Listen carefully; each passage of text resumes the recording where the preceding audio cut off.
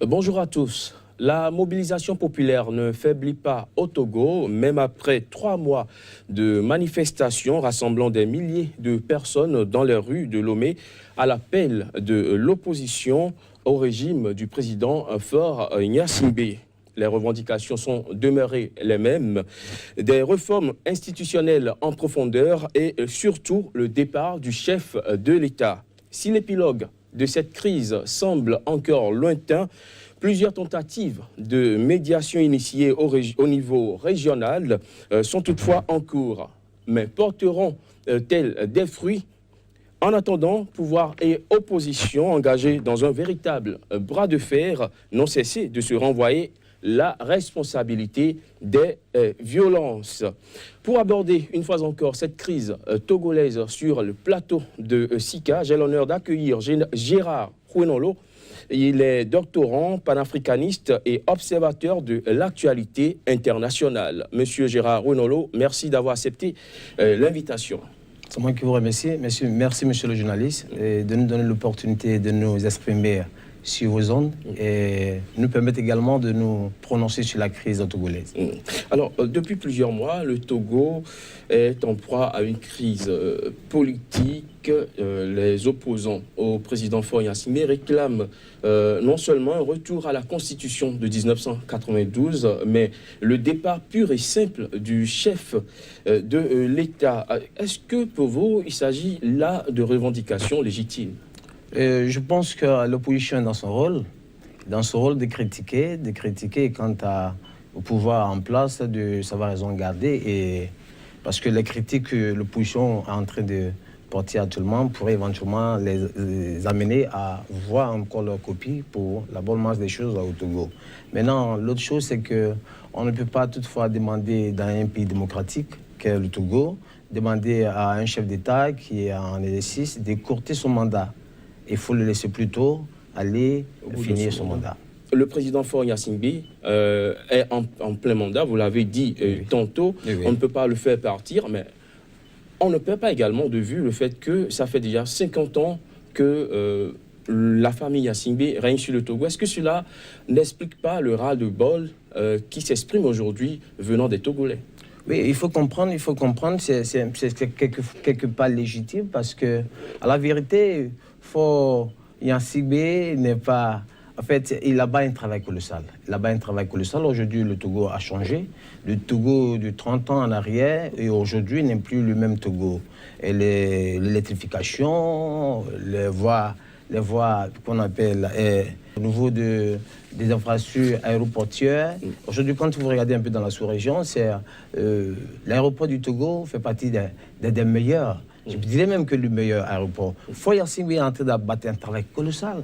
Il a un grand travail. Le seul problème, c'est que c'est le nom Faure, le nom Gnassingbé qui est collé à Faure qui pose problème. Parce que comme vous l'avez dit tout à l'heure, ça fait pratiquement 50 ans d'exercice du pouvoir. 50 ans d'exercice du pouvoir. Et le fait que le nom Gnassingbé soit collé à ce prénom-là pose un véritable problème parce que les Togolais ne sont pas en train de se voir dirigés par une seule même famille pendant 50 ans. Mais il faut reconnaître comme ça que Faure Gnassingbé a abattu un grand travail. Il a abattu un grand travail, mais je vais plus loin pour dire quoi? Monsieur le Président, vous êtes une personne que nous, en tant que jeunes panafricanistes, que nous estimons beaucoup. Nous connaissons également votre grandeur d'esprit. Il faudrait comme ça que vous écoutiez, qu'il écoute le peuple togolais et que le peuple togolais, comment dirais-je, l'opposition puisse véritablement le laisser aller jusqu'à la fin de son mandat. Et que lui-même, Faure, puisse organiser une sortie de crise honorable, c'est-à-dire organiser une transition paisible et laisser le pouvoir. Laisser le pouvoir pour le bien du peuple togolais. Parce qu'à la vérité, que ce soit l'opposition ou bien la mouvance, ils ont un seul pays qu'on appelle le Togo. Ils doivent sauvegarder. Voilà. Jusque-là, pouvoir et opposition engagés dans un véritable bras de fer n'ont cessé de se renvoyer la responsabilité des violences. Le 10 novembre dernier, le président Faure Gnassingbé, dans l'une de ses rares déclarations depuis le début de cette crise, a estimé que l'opposition était responsable des affrontements entre manifestants et forces de l'ordre qui ont fait ces derniers mois plusieurs morts et plusieurs blessés. L'opposition a pour sa part dénoncé le caractère irresponsable, belliqueux et antipatriotique, ce sont les mots de l'opposition togolaise, de ces propos. Alors, mais vous, quelle appréciation faites-vous de ces propos du chef de l'État, du président Faure Gnassingbé? Je pense que l'opposition, comme je l'ai dit tout à l'heure, est toujours dans son rôle. Vous voyez, c'est comme un commandant en chef qui envoie ses soldats en mission, histoire de sécuriser une marche qui est dite pacifique, qui, ma foi, a généré une marche violente, il faut le reconnaître. Comme je l'ai dit tout à l'heure, il faut dépassionner le débat. Des personnes qui sont en train de marcher et qui ont des gourdes, des coupes-coupes, tout ceci. Vous voyez, voilà qu'on envoie des militaires ou des corps habillés pour pouvoir protéger, sécuriser cette population qui est en train de marcher et qui, en retour, s'attaque et assassine même des corps habillés. Mais écoutez, le commandant en chef qui a envoyé ses soldats pour pouvoir sécuriser cette population qui est en train de marcher et qui voit ses soldats tomber sur le champ, vous voyez, il sera écœuré. Et comprenez le fait que le président Faure soit sorti de ses gants pour parler en ces thèmes. Mais, à la vérité, je pense qu'il devait aussi savoir raison garder, se mettre au-dessus de la mêlée, puisque étant le père de la nation, tenir des propos qui, ma foi, sont plutôt rassembleurs, et non, comme vous l'avez dit tout à l'heure, un peu belliqueux, en mon sens. Alors, n'oublions pas qu'il y a eu également des victimes du côté de la population qui manifestait. Oui, ça c'est vrai, il y a eu des victimes. D'abord, nous incluons devant la mémoire de ces victimes-là, comme je l'ai dit tout à l'heure, vous voyez, ce sont les innocents qui meurent.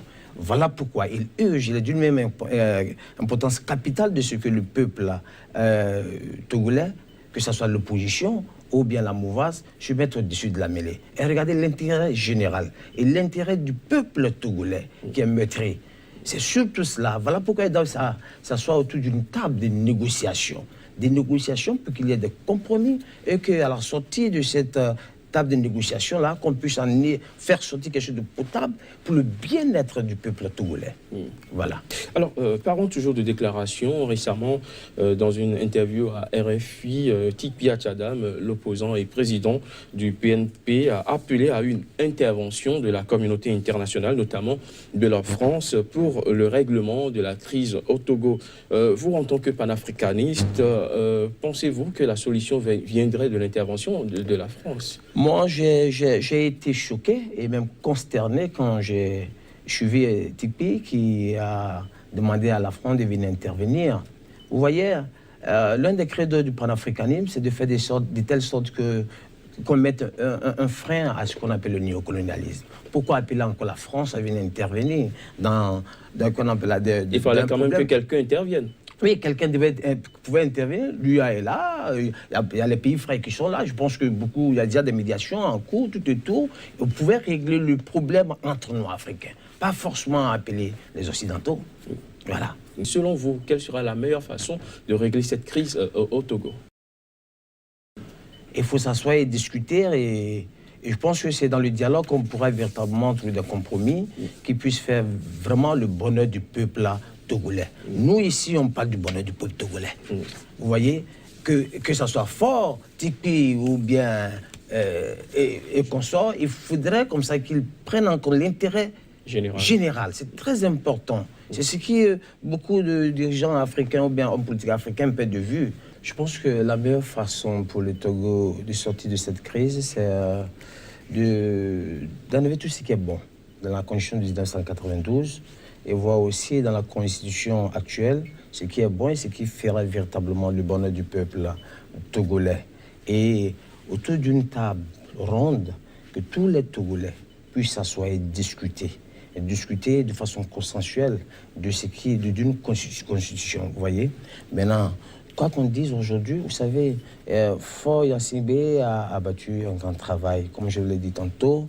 Alors, nous demandons simplement pour que Faure puisse sortir par la grande porte, qu'il, après ce mandat-là, à la fin de ce mandat qui court, en 2020, bien entendu, qu'il puisse organiser lui-même organiser de façon sincère une transition et qu'il laisse le pouvoir. Pour ne pas que tout ce qu'il a battu comme travail là puisse tomber dans l'eau. Et il n'a qu'à prendre l'exemple tout précis du général Mathieu Crécouf, qui, entre-temps, quand la population a commencé à s'ajouter, il y a eu la conférence des forces vives, et il est parti, n'est-ce pas? Il est parti, mais c'est les mêmes Béninois qui sont allés le chercher. Vous voyez un peu, vu tout ce travail grand qu'il a eu à battre, je suis sûr et certain, persuadé que du jour au lendemain, ces mêmes Togolais iront le chercher, qu'il laisse un peu le pouvoir. Vous voyez, pour que d'autres personnes viennent encore et gérer ce pouvoir-là.